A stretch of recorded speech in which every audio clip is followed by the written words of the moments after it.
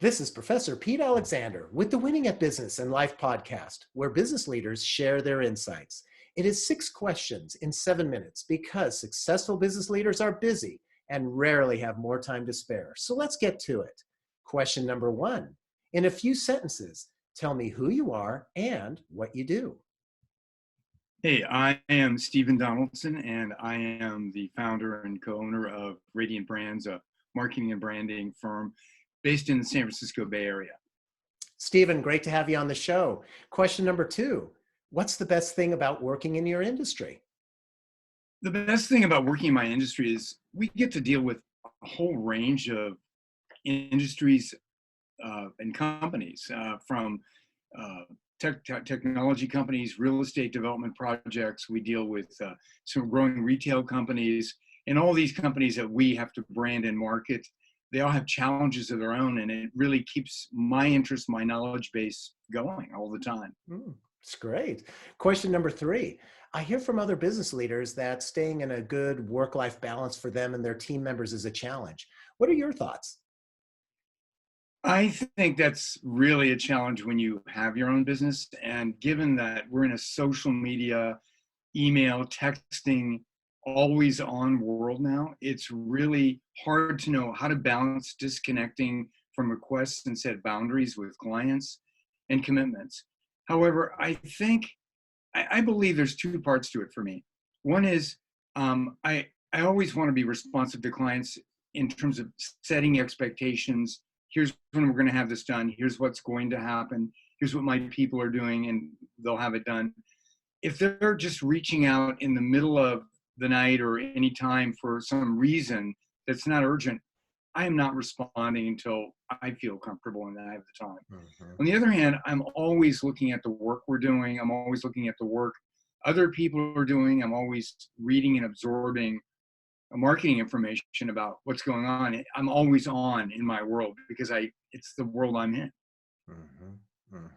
That's great. It sounds like you've got a good handle on that all the way around based on how you describe that. Pretty much, I think. But I would say that I have to not look at my phone to see who's talking to me. Sometimes I have to be aware of balancing off what is important. But I realize I'm in charge. The devices aren't in charge. And I think that's what we have to keep in mind and set the priorities both mentally and emotionally for what we have. If we're not, we're letting everything run us. And that is, why would I even bother being in business if that's what's going to go on? That's sage advice. I love it. Question number 4. What other successful business leaders like yourself should be on my podcast? That's a good question. I know several other companies that I've worked with that I would think would be very interesting to have on your podcast. There's a client and a good friend of mine, Barry Braden, who founded Fieldwork Brewing in Berkeley.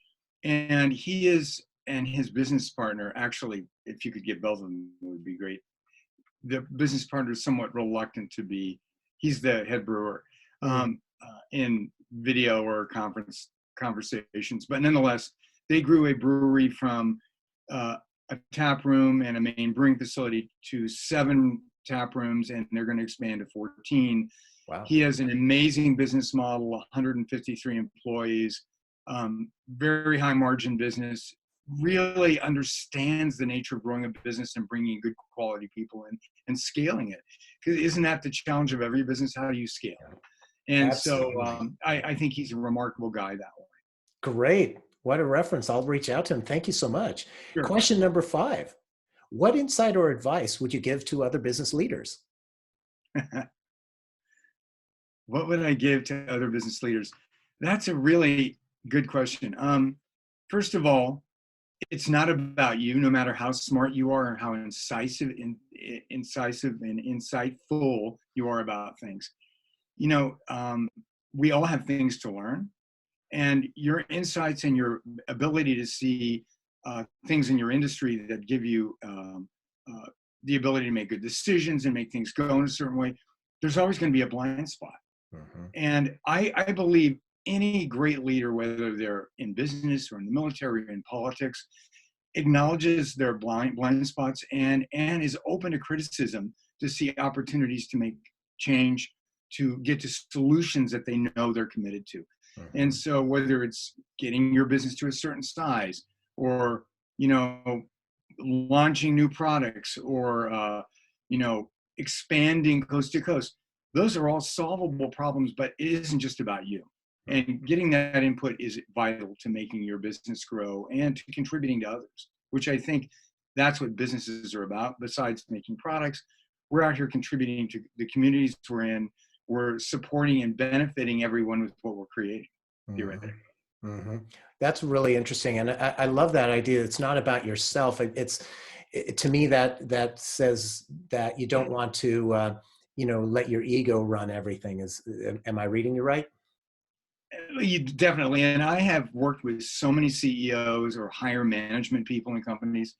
The ones that I run into who tend to focus on their agenda as the agenda, and they're not open to input of people close to them, and not getting my input, I really can't work with them very well. And actually, it's not going to benefit their company. Mm-hmm. And at some point, they'll have a major problem. And I've seen it over and over again. Mm-hmm. So that's just something we all have to be aware of. Mm-hmm. Absolute. Very, very interesting advice. And question number 6, tell me about your first job. So I've been working since I was about 14 or 15, but the first real job that I would consider, the payroll job with the W-2 and all that, was working at a Denny's in Vallejo, where I grew up, from 11 at night till 7 in the morning. It was right next to a 24-hour post office facility, and the shipyard was right across from us on the channel. And so it was always busy.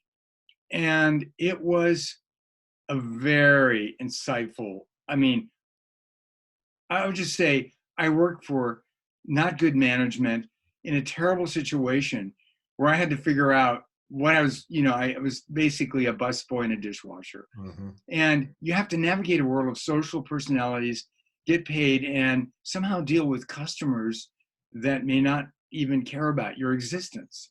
And when you're like 17 or 18, this is a big thing to get. It's definitely big. And I think a lot of kids nowadays think that they're all supposed to, get the perfect job and go right into a startup. When I hire people, just to relate it back to hiring people, I really look for highly interdisciplinary, motivated people who understand I'm not here to tell them what to do. I'm here to give them an opportunity to get something done and figure it out and come to me to get solutions along the way. Mm-hmm. That's great. So, Stephen, thank you for being on the show. How can people find you? They can find me through our website, radiantbrands.com. I'm listed in there, and I have an email at stevend@radiantbrands.com. And if people are interested, they can follow up and ask questions or talk about what's up for them. Excellent. Thank you so much. This is Professor Pete Alexander with the Winning at Business and Life podcast. For more insights and ideas, please go to LinkedIn, YouTube, or Facebook and search for Winning at Business and Life podcast. Thanks for listening.